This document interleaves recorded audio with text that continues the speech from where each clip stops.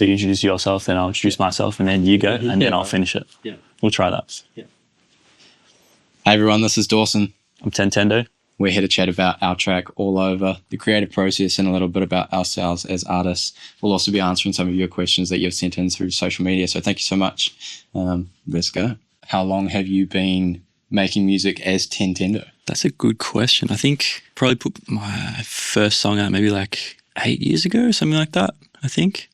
Did you have other projects, like, you know, other aliases? Did you sort of ghost produce before you did the artist project? Yeah, I was mainly doing production for other people, working other artist projects. Because you built up like quite a discography for other artists, hey? Yeah, I was doing that like pretty full time, just going really hard at that, working on that for other people, and then reached a certain point where I kind of did enough of that and wanted to work on my own ideas a bit more than other people. So it's super interesting you say that. Like, I've kind of gone through a similar journey myself. Like, I've only had this Dawson project for the past year, and I guess just for various reasons. Like, I'm sure maybe you probably resonate with some of this as well. Like, just, I don't know, maybe doing more things for other people almost like reinforces your own ideas of what your own sound is, and maybe like you kind of almost like needed that in order to bring it out. Like, would you say that things that you've produced in the past for other people prior to Tentendo was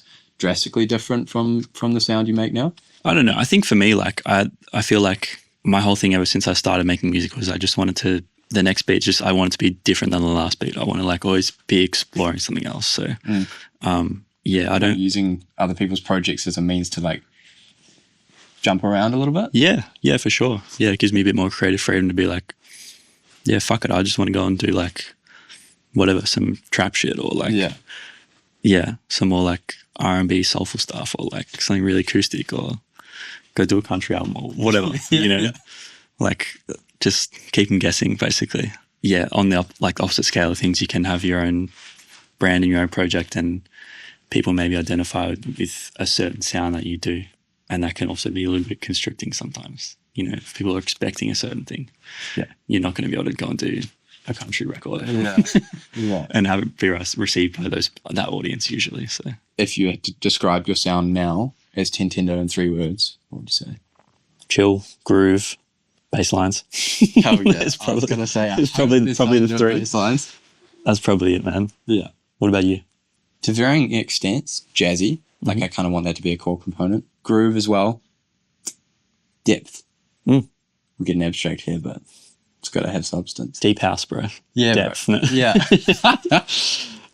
Any favorite artists you've discovered? Anything you've been really listening to this year? Isaac Carter, if you've heard of him. Came across some of his recent releases on Rhythm Section. Just like, it's like fairly minimal in terms of the production, super selective sound choice, and like just like hard hitting drums, but like quite sparse. It's like very intentional production, like kind of deep, groovy house stuff. So dope. How about you, bro? Oh, that's a good question. I've just been listening to so much Sasha Keeble. Yes. She's like R&B singer. Yeah. I just love her music so much. Production, like the beat selection is always crazy. She's got quite like Vocals, a diverse melodies. range of stuff too, right? Like, I first discovered it on the OG Disclosure record. Voices? Yeah. Yeah. Or no, Settle. Oh yeah, there's song voices, eh? Yeah. Yeah. So dope. Someone Crazy. Someone used that as like a reference in a session I did, and I was like, I had no idea she did like, it was almost like more kind of Amy Winehouse leaning stuff, like quite like crunchy vintage drums and like quite low register too. I was like, oh shit. Like, I only really knew her from her early stuff with Disclosure. She's so sick. Yeah, massive fan of her. You're obviously a pretty darn killer bass player. How did you get into playing bass? And like, like is that like your first instrument you learned? Is it still your main instrument? Yeah, first instrument I learned. Started when I was like 13, year 7 of high school. Yeah, I don't know. I don't really know why. I just, something about it spoke to me, and I thought it looked cool. Yeah. I was like, damn, I want to learn the bass. Hell yeah. My mum's a musician, so I think music was kind of always around the house a little bit. So yeah, I think that was probably some of the influence as well, for sure. Dream collab, Dead or Alive. That's a good one. For a couple of reasons, I'd really love to work with Jordan Rake. Yeah. Kiwi dude. Obviously he's got his alter ego project, Dan Kai. I've kind of just been subconsciously making stuff that's kind of living in that world recently, and it would make sense on so many levels. Like, yeah, oh my God, I just love his sound so much. How about you? Anyone that's like Dream collab? I mean, you've just recently ticked off quite a few cool dream collabs, but yeah, I had some cool ones recently. Brandy, she's just the GOAT R&B singer. Yeah, she's amazing. Just the vocal layering, the vocal tone is like, it's like, yeah, most R&B singers' favorite R&B singer. I would say she is. Like, she's incredible. It's like game recognizes game. Yeah, literally. Yeah. What artists from Melbourne are currently being slept on? I suppose, yeah, Tamori, Armand Payne is a good one. Incredibly talented dude. Yeah, just been incredibly consistent across his releases for a number of years. Yeah, the Tamori project is incredible. Like, the live show is amazing. Yeah, well loved in the city, but yeah, the world needs to take notice and know how amazing this guy is. What are you from NZ? Velvet Recline makes just amazing jazzy house music, kind of similar sort of lane to me, which is refreshing to discover other people within my own city that make similar music. And we connected because we met each other at a Chaos in the CBD gig. So it was kind of like a meant to be. Yeah, he's put out only 2 tracks so far, but one of them's featuring Braxton Cook, wicked saxophone player. So he's making some awesome tunes, and we've got a couple ideas in the works. So hopefully we'll get some stuff going. That's like the coziest artist name we've ever had. Hey, Velvet Recline. I mean, his birth name is Matt Klein, so yeah, kind of makes sense. How did your name come about? One of my friends just was talking about his Nintendo Switch and called it a Nintendo Switch. And I was like, oh yeah, I've got my Tentendo Switch, you idiot. And it just kind of stuck in my head. I was like, that's it. I just said it. It came out of my mouth. Trademark. That's the name, yeah. How'd you get to Dawson? Ended up getting it from babynames.com or whatever it was. Scrolling through, and it was like, rogue, but it was like, I think it was categorized into like names we think are going to be popular in 2026.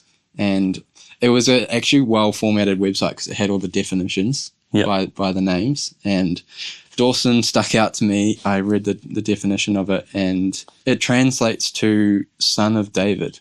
And David is my dad's name. What are you trying to study or get better at with your craft at the moment? Oh, that's a really good question. I'm kind of going through a phase at the moment, and a lot of producers would probably understand this, of like where you almost get sick of your own sounds. So I'm kind of in a bit of a rabbit hole at the moment of like, okay, let me just like, go into the depths of YouTube nerdery for a little bit and acquire some new colors to paint with. Not that it's like actively like studying something, but I guess like one of the better fixes is to actually just catch up and do sessions with people, which is just sometimes, instead of relying on maybe tools within the computer, actually just catching up and doing a session with another human's more effective. So what's the part of the process of being a producer that like angers you the most, or is like the most frustrating every time you sit down to make something? I find challenging is, finishing songs is, that can be really tough for anybody. And I think finishing songs is just, you never know how many versions it's going to take. Do you do a lot of planning for yourself? I was right at the very beginning of the project, and I think that kind of helped me, I guess, put up a definition of what the project is. I was kind of speaking before about how prior to having this project, I'd start everything with a million options, and then you can kind of become creatively stuck by not knowing what you're going to do every time. For me, when I first started, so just over a year ago, I had my first 5 releases at least chosen and be like, okay, these are the ideas that I'm going to finish. I try and just keep at least sort of a month or so buffer of being like, okay, this is the next track I'm going to finish, and then go from there. What we listened to when we made this track?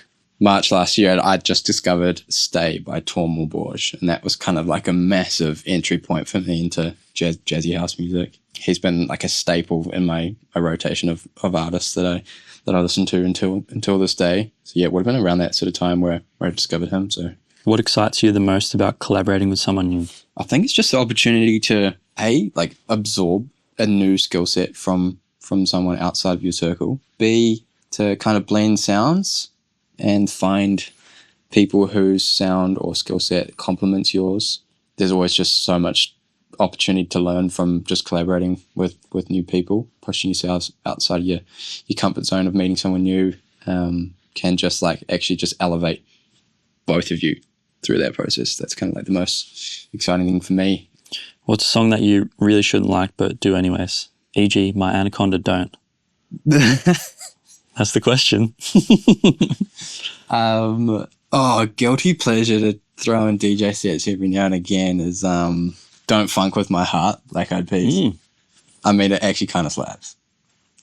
Black Eyed Peas got bangers, man. Dude. Somebody says, love how you're intentional about your brand, post, color grades, etc. When did you make the conscious decision to ensure that remains a constant? I kind of did all that as laying the groundwork before I even started Dawson. And it was kind of just a means of not having to second guess myself every time I do a release, because I'd often find that was an inhibitor of my creativity if I didn't know what I was going to do next. And so actually kind of almost setting like a formula, or at least like a confines of like what it is and what it isn't, kind of means you're not having to reinvent the wheel every time. So yeah, it kind of just means that I've been able to keep like a constant evolution of being able to like, refine rather than reinvent every time.